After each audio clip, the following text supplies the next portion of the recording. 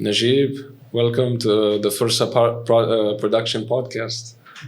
Thank you, Adnan. It's good to see you, man. Me too. I want to keep it all very natural. يعني ما في شيء formal بيناتنا. I guess I could say, first, how are you doing today? I'm good. You're I'm good? Yeah. Nice. As good as I can be. As good as anyone can be in this situation in Lebanon. I always found when you can actually be calm and still in a place like Lebanon, that's like the pinnacle of success, regardless of what you own or what you have, material-wise. If you can pull off being happy in Lebanon, you could be happy almost anywhere. Yes. I always say that. Like I used to say, Lebanon is an intensive course in this university of life. But if you learn how to surf those frequencies here in Lebanon, you can do anything. And by accepting where you are and accepting that everything is part of your reality, you can start making those changes within you, and they can really be felt or resonate outside of you. When you say resonate, do you mean it can attract not others necessarily? That would be a part of it, but you can also kind of bring a net positive to others. Yes, like some people around, you can sense their calmness and their stillness, so they are drawn to you more and more.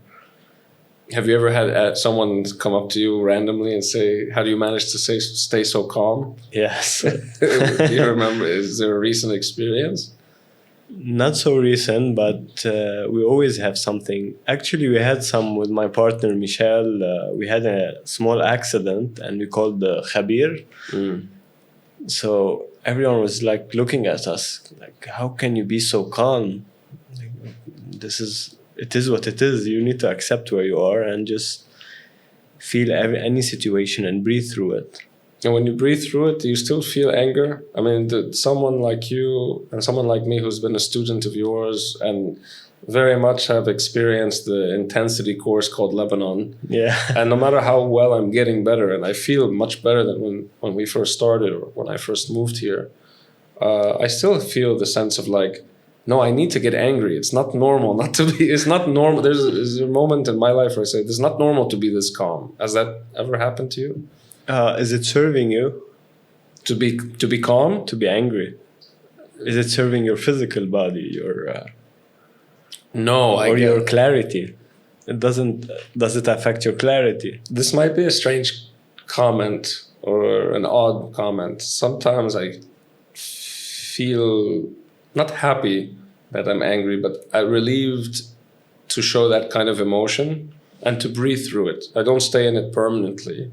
But at least I say to myself, I'm human enough to have that emotion. Definitely. And then just say, okay, I had it. It's done now.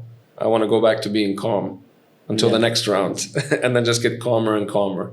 You contain it. You can, I don't want to use the word control it, but you are aware of it by, the first thing is to accept it and to observe it.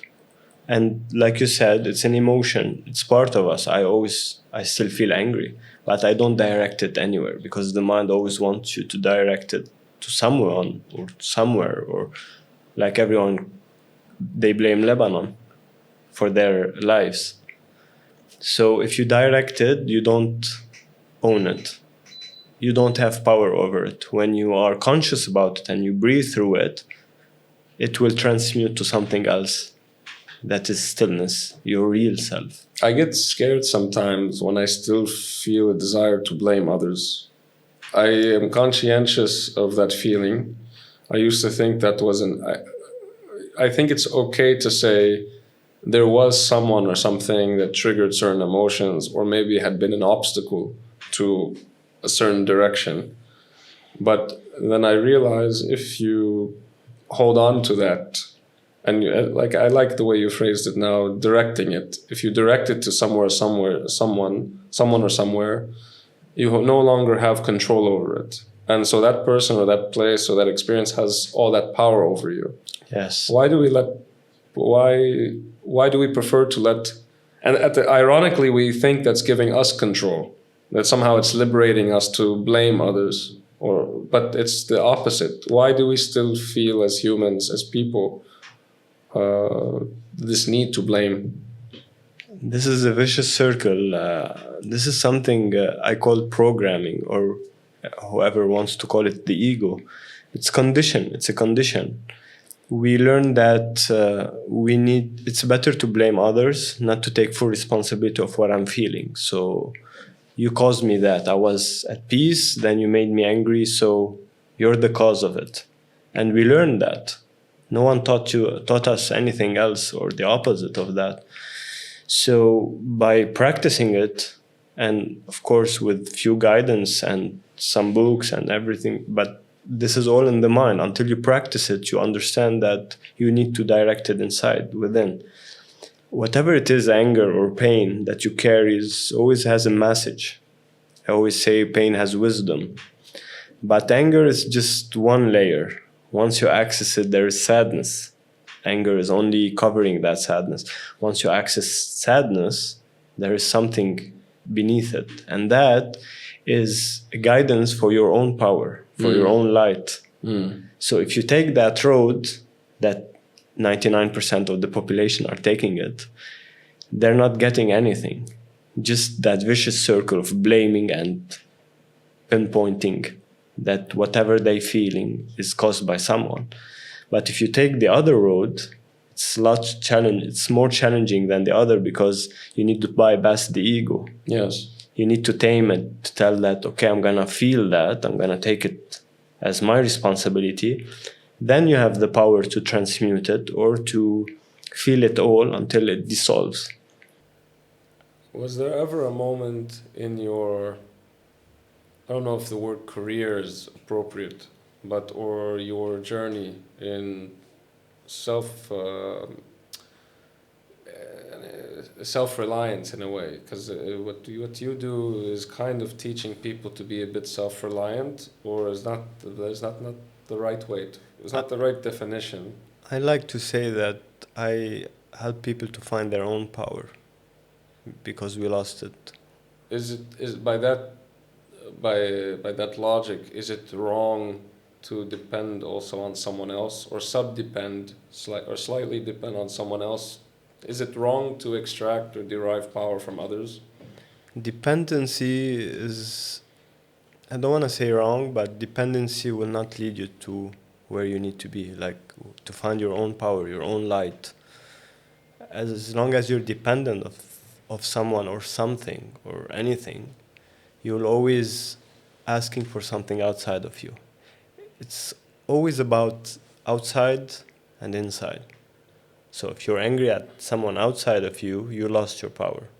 If you're angry and you're feeling inside, you're understanding it. You're harnessing that energy to understand it more and to find that wisdom behind it.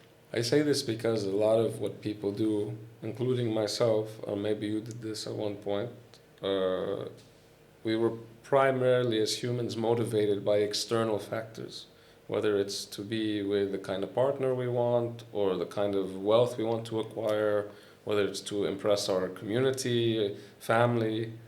And when a lot of things, this happened with me, when I was accomplishing things that I thought people would it would appeal to others, whether it was a girl I wanted to date, or family, or a job that I hoped to acquire, Massaad, it didn't happen. I constantly was feeling that sense of emptiness and loneliness. I thought, wait a minute, this is what I'm doing, what I'm supposed to do. Yeah. In quotations. Where did I go wrong? Is the question I was asking. You're serving the outside. You're looking for something that will give you back. Yes. Even love, when you say, I loved that person, and then they turned their back and they left. Yes. You were loving them more than you were taking care of yourself, because you didn't want to feel what's the inside. So sometimes we escape ourselves by taking care of others, and we call it love. This is one of the examples. Yes. I've recently become more comfortable with being in that loneliness, that sense of like, okay, I didn't get this outside goal. And I would be fit, sit with myself, blame others, blame that person or blame that thing, so I can completely avoid that very heaviness, you know, the kind I'm talking about. That feeling. That feeling that there's something wrong with you. Because usually I say if I go down that path, I have to admit I am somewhat inadequate. I think that's really the simplest way I can define why for a long time I would never want to go down that path. Not because I wasn't courageous enough, but I didn't like the feeling of. I thought I was going down the path of accepting I'm not good enough. But hey, the مش مظبوط. Hey, there are many other factors to why people don't get what they want outside. But did you ever feel that you weren't good enough for things that you wanted? Definitely. When you when you take that road, you're gonna doubt yourself a lot because you're taking the opposite road of everyone that you're seeing in your life. Yeah. So you're gonna doubt yourself, and with heavy feelings, gonna be heavy thoughts, lies. I call them lies because they're not true. There is one voice that is true within you, and once you find it, I call it the inner teacher. It will guide you. But in order to reach that state, you need to clear that noise. And in order to clear that noise, you need to clear that heaviness. We're not inadequate, but we have a lot of conditions from our parents, society, and everyone around us. So how can you find yourself as the most special human being on earth, because everyone is, if you're not going to take that road, that path within you? I call it squeaky cleaning. Squeaky clean. I'm squeaky cleaning my internal thoughts, my programming, as you put it, clearing all the doubt, all the words that are not mine, all the voices that I didn't give permission, or maybe I did give permission without realizing it. But it is a hard choice for people to go down. I mean, what you're asking people, even on surface, is not easy. Like, Yes. even on paper, I would say, can you make this land a bit softer? Yes, definitely. Definitely. And have you met people that you felt like were getting close and they just pulled back? And they're getting closer to a better place and they're just like, what the hell? They're not comfortable with the better place. Well, not a better place, but something that's different. And because what you're demanding in a way of people to take responsibility for their own lives.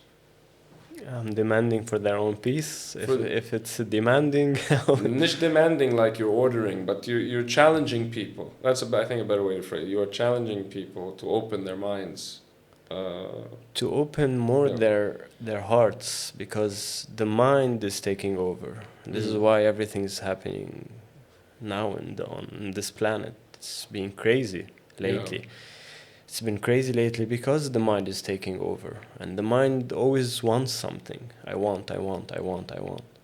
The heart is more still. If you're satisfied within yourself, if you feel at home, you don't really need to reach that outside world. And by doing that, you resonate on such a beautiful frequency that everything that you wish for from purity, it will come to you. And everything that you wish for from the ego, from the conditioned state, it's gonna be away from you. And you're gonna learn along the way that, okay, this is how I can defer, this is how I can understand which choices are better for me. And how do you feel in your heart? How do you feel in your being? Can you still be an ambitious person and do what you do? I feel I'm more ambitious than anyone I met. Really? Yes. What do you hope to accomplish outside of, you have this inner peace, you've kind of worked on this idea that if I don't get the things I want outside, it's redirecting you to something better. But you must have hopes and aspirations beyond Always. Just sitting with yourself. Always. The thing is, when your inner teachers start talking, it will guide you towards more work within you, and this is how you resonate or you send that message outside, like you mentioned before. Some people feel at peace around other people because they resonate that they don't need to talk to someone or to calm someone. They're just there being. They're not doing anything. Mm. It's effortless. And that is you resonating that frequency. And the more you find your center, the more you find your purpose. This is the beautiful thing about it. Have you found people who you've assisted or worked with or taught them what you have tried to teach yourself? Because a good teacher is also a good student. Yeah. Have you seen a student, how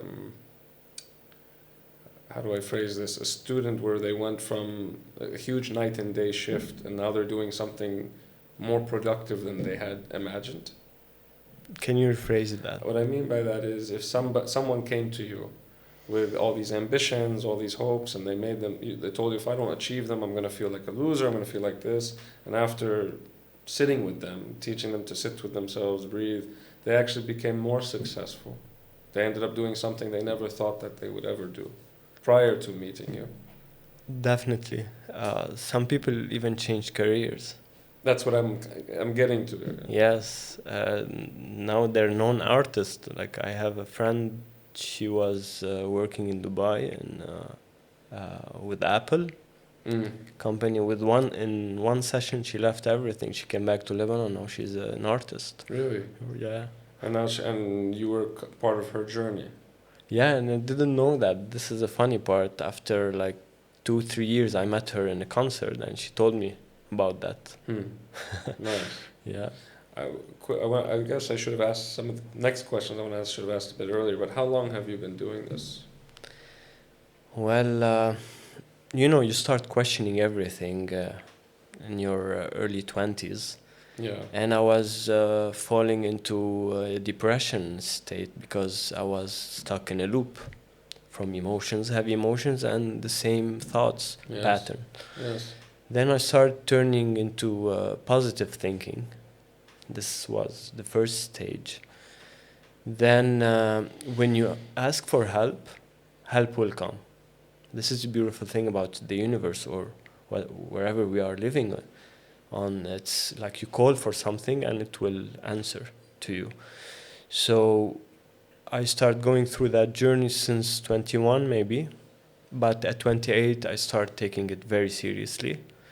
And the older I get, the more I understand that it's not only going on that path, it's trusting it more, even if it's not, you cannot see it. The ego always plan, always take steps before making them physically. On this journey, you need to really trust because you don't see ahead. You need to trust that. The leap of faith, they call it. Right. So by going through that path, you start trusting more yourself, not any master, any teacher, any book, or any guidance. And now there is a lot, but you don't know where to go, and everyone is unique. So if I'm trying to do what you are doing, maybe it's not gonna work. Everybody has their own style and kind of should embrace their own style. Yes, uniqueness. But in order to reach that, you need to clear that noise, that baggage, that heaviness, and you will find it. I sometimes ask if when people go through the phase of like, okay, I want to start thinking positively, I want to go down the path that you've done, myself, but they end up putting all their hopes in a guru. You would never want anyone to look at you like a, forgive the expression, prophet. Yeah. That's dependency. Yeah, so they stop depending on all the things that used to motivate them, whether it was the ego, whether it was the external, and now they put all of their energy on an avatar, whether it's Nagib or even someone who I admire like Tony Robbins. So Yes. they become dependent on an external figure. And I think humans have naturally, and I don't know if you have a lot of religious friends, but I mean, my family, some of them have religious tendencies. They tend to look up to somebody for a spiritual dependency. Yes, definitely. The same with my family.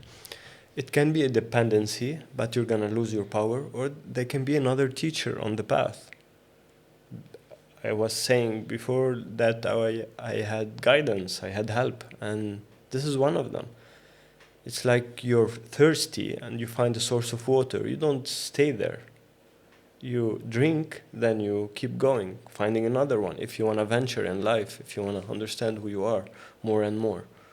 So it's not dependency, but it's guidance along the way. In your process, in your guidance, your journey, was there a moment where you hit rock bottom, or rock Rock bottom? bottom? Definitely. Can you name one? At my 28th, on my 28th, I hit rock bottom by losing my. I used to have a pub. I was going out with someone, and I used to have a bike. I lost everything in 1 year, Yeah. and I felt like I had nothing. So, but the beautiful thing about it, something was giving birth at the same time. Okay, I have nothing, but I have myself. But who am I? So I start getting to know myself more, to understand that, okay, you're gonna lose everything around you. Yeah. Eventually, you're gonna leave this experience. So, what are you trying to search? A physical gain or some spiritual gain?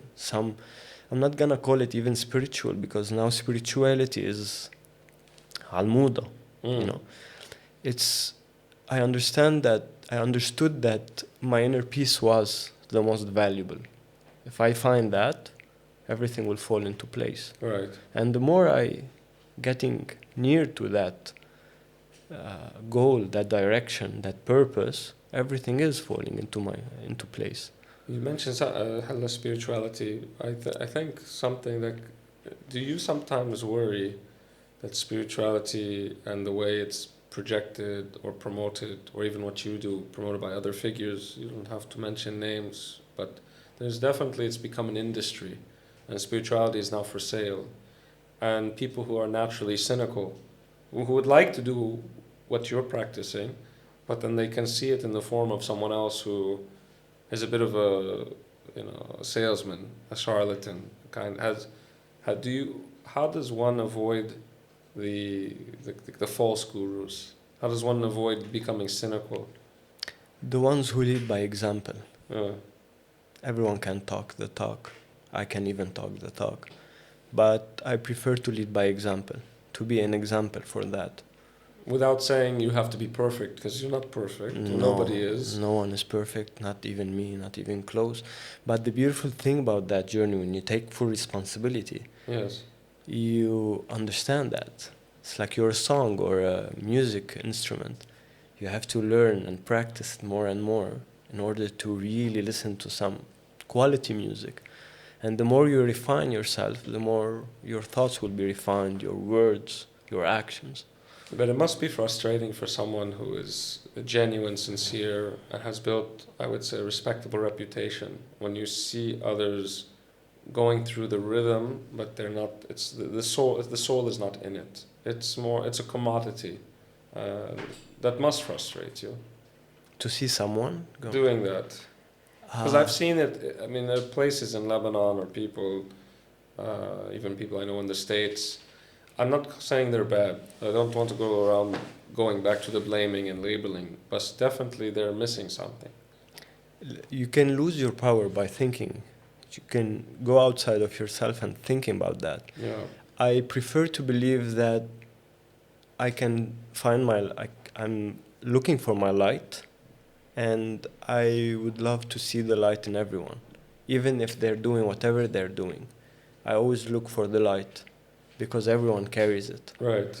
Even if it's dim, even if it's wounded. Yes. So I don't blame or I get angry anymore. I now, like, if someone had wronged me, I feel the emotions, I feel that pain, and even on a good day, I can sometimes, a memory, the mind plays tricks. Definitely. But I stopped hating them, because I realized a lot of what they were, what they did, is they're going through their own battles. And even if they were conscientious about it, they're still suffering, because you must suffer. You must be someone who suffers when you do wrong to others. The pain is real, but suffering is something that we created. It's like 9 years of my depression, I was creating that suffering. If I felt what I needed to feel, I would have dealt with A lot with it sooner. very fast. Much Yes, faster.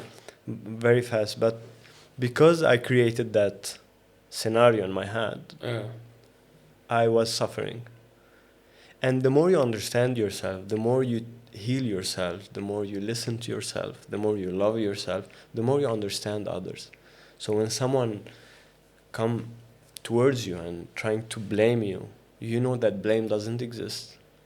I don't do that. So if you're doing that, it means you're going through something. You don't take anything personal. It's not easy. I'm still practicing that. It's not easy for me either because as you say this, I remember usually and I am this way, and I am working on it. I tend to blame those who have put blame on me. So when someone is projecting wrong, like I've done wrong without even I'm conscientious if I've done something, I usually go out of my way to apologize if I've done something. But when people put the blame on me, my defense mechanism says, or it used to, هلا شوي مش مثل قبل بس بعدها موجود. At least you can see it now. I can see, yeah, the difference is I can see it and I'm conscientious about it and I don't hold on to it, but I do, I am frustrated when someone puts blame on me. Definitely. And I don't think I did what you say I did, but if I did, I want to apologize. But still, there's something, blaming is cheap, isn't it? This is the lowest frequency, blame and guilt. And this is where we are stuck most of the time. So if you learn how to forgive yourself, and you will learn easily how to forgive everyone around you. Yes. And you can transcend that. I guess I have a couple more questions, but I want to thank you again, Najib, for being here. Thank you, Adnan, for doing that. Lala, it's my pleasure. I hope we have another conversation later. What was the hardest moment? What was the moment where you said, I'm a student, but I want to help others in my journey. Like this is something I feel called to do it. What was that moment? And was there a moment in the process where you felt like where you wanted to stop? It's like an entrepreneur. I know plenty. Like my restaurant might close, but I do intend to reopen, and I feel like the power of an entrepreneur or someone who wants to constantly better themselves is to not quit. At least if you want to quit something external, you feel like doing something else, but never quit on improving yourself. But was there a moment where you felt, I don't think I should be doing this anymore?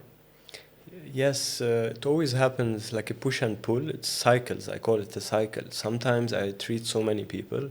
I sit with them, listen. Sometimes I feel overwhelmed. But that voice inside, that inner voice, always telling me you don't really need to do much outside. All you need to do is take care of yourself, even while sitting with a patient. It's just to observe what's triggering within you. That frustration. Why do you want them to be better, faster? Are you honest with that? Are you trying to help that person, or are you trying to believe that you can help others or you can save yourself?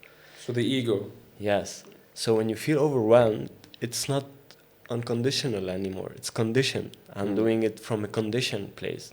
So I take a pause, I take a break, I leave that world, do something else. Then when I'm called again, I'm much wiser because I was doing the work within myself. And that's been my journey the past 10 years.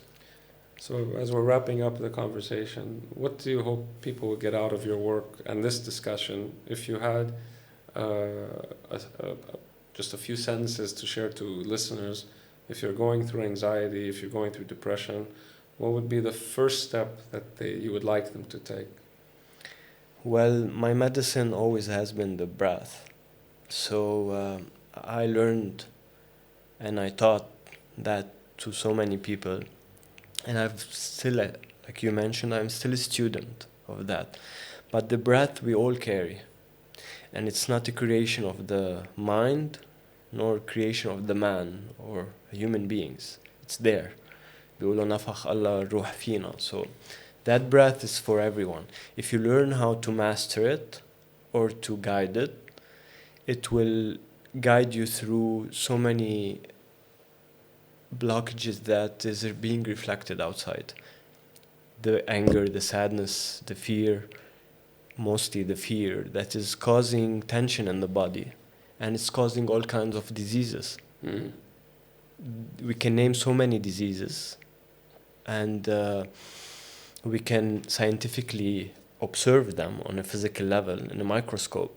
But if you really guide yourself through breath and you sit with whatever heaviness you carry, even if it's overwhelming, breath will always guide you to the source. And most of the sources, the root causes the emotions. Those emotions are causing this mental illness, this anxiety, that stress in the body. So the more you take that train of breath and you go through it, it will teach you so many things. And pain always have wisdom. The more you breathe through that, the more you get to know yourself more, the more you create that connection within yourself. I'm going to say thank you again, Nagib. And there's an expression by someone I really admire. He's a finance advisor in the US. He says, pain equals reflection creates progress. So That's beautiful. I have something to say. I always say, breathe to feel and feel to heal. Yes. That's it. Because if you're feeling without the intention to heal, then you're stuck in a story. Yeah. You're suffering. You're suffering. Yeah. How can we find you? How can people find you and your work? Is there a page? Now I have my page on Instagram. Okay. My name, Nagib Massaad. All right. Okay, we'll direct them to you for breathing and enlightenment. Thank you, Adnan. Thanks, Nagib. Appreciate it. Thank you. How are you?